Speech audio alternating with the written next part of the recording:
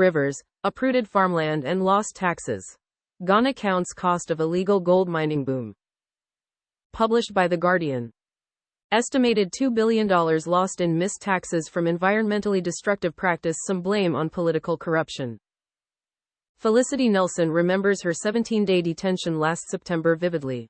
The 34-year-old Ghanaian activist was one of 53 people arrested at a road junction in Accra after demonstrating alongside hundreds of other youths against illegal mining.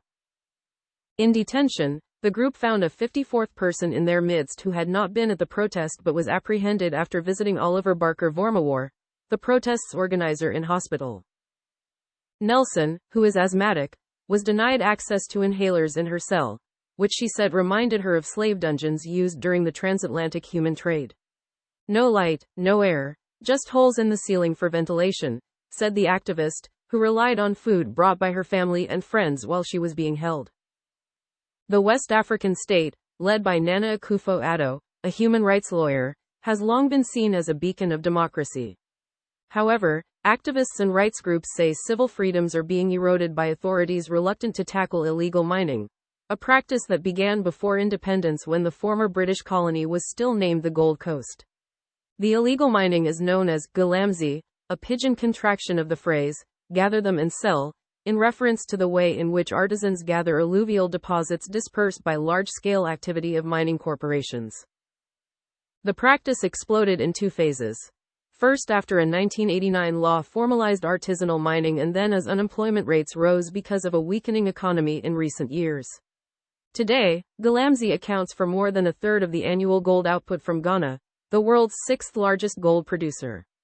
More than 1 million people are employed in the informal mining sector across 14 of its 16 regions, costing the state an estimated annual $2 billion, £1.58 billion, in missed tax revenues. No longer a blessing but a curse. These days, deep craters and huge piles of sand, evidence of illegal mining sites, flank miles of roads in the countryside, while ads for galamsey gold appear on TikTok. The mining has had a negative impact on the cocoa industry, Ghana's other major export commodity, because farmlands have been uprooted by galam sires. We are putting all our eggs in one basket. We are losing our cocoa, said Father Joseph Kwame Blay, a researcher and priest in Jemma, a big cocoa community in central Ghana that outlawed galamsey and instituted vigilantes to keep diggers out. It's not just poverty, it's short-sightedness. People just want money immediately. Activists say most of Ghana's rivers have been muddied by soil washed off the gold, as well as mercury and detergent used in the washing process. The Ghana Water Company's capacity to supply clean water to some parts of the country has been reduced by 75%. Researchers from the University of Cape Coast say Ghana may have to import water by 2030. You know the Offen River.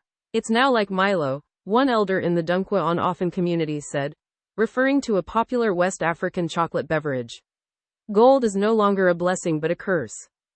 One teachers' union has linked galamsey to a rise in pupil absenteeism, as children leave school to either mine or sell food by mining sites, a bad omen in Ghana, where 1 in 5 children are already not in education. Even those in school are at risk. In March, 2 students fell into an abandoned pit in the central region on their way home. Meanwhile, prospectors and sex workers continue to converge in Ghana from across West Africa, in search of fortunes.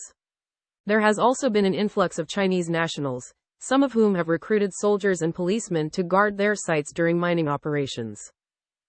Last December, as an Accra court convicted a Chinese woman called Aisha Huang for illegal mining, the judge expressed regret that she could not hand out more than the then maximum 5-year penalty to the defendant, who had previously been deported for the same crime. She came back with a new personality, different name and date of birth, and carried on her illegal activities with impunity, the judge said. The penalty has since been revised to 25 years imprisonment. Ghana's Chinatown. The curious case of Wassa Akropong, a galamsey hotspot in western Ghana, offers a glimpse into the ecosystem. Hundreds of Chinese people have established machinery stores, casinos, clinics, pubs and restaurants. Less than a kilometer from the town's police station is China Market, a mall with, among other things, gold trading shops and pedicure shops.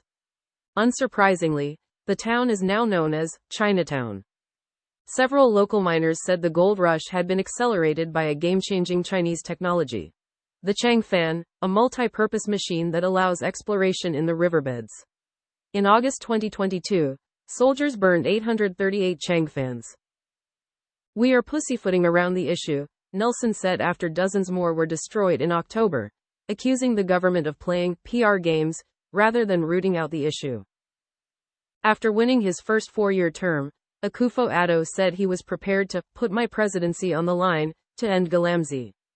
As he prepares to exit office, many say his government has failed to act because it is scared of losing votes in the forthcoming election in districts where the electorate are perpetrators. More than 2,000 artisanal mining licenses were issued between 2017 and 2021 according to data from the Ghana Mining Repository, amounting to 95% of all licenses handed out between 1989 and then. Some of the licenses have been linked to ruling party members.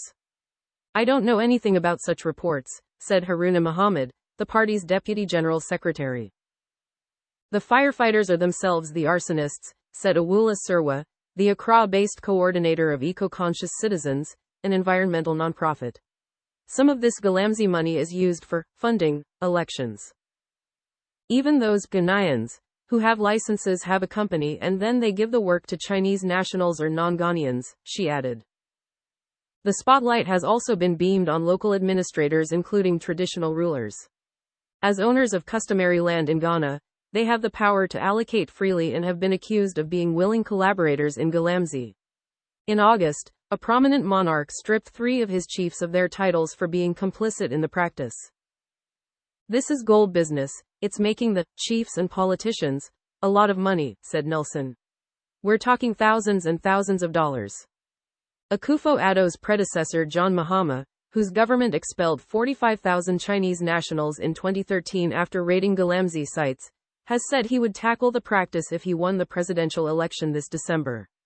The incumbent has accused his rival of politicizing the issue, saying the latter once promised amnesty for perpetrators. The fight goes on. Despite the complexity of challenges, more local people say they are determined to save their country. Patrick Danso, a teacher-turned-activist in Atransu in western Ghana, says Chinese intermediaries tried to bribe him in August to stop his activism. The father of 5 says he refused as he has a responsibility to secure the future for his kids and protect his cocoa farm, his pension. In September, a civil society coalition including Sirwa's Eco-Conscious Citizens sued the government for declassifying part of the Akamoda forest, known as the lungs of Accra, in a 2022 law. Labor unions had called for a national strike in October to force a repeal of the law, but the plan was shelved after Akufo-Addo promised to rescind the law and Parliament began a debate about the process. Some say they are ready to protest again, even though 11 of those detained in September have been imprisoned. "If you're trying to protect the future of your nation, it's a worthwhile cause," said Nelson, who still faces multiple charges in court including unlawful assembly. "And Ghana is worth that sacrifice."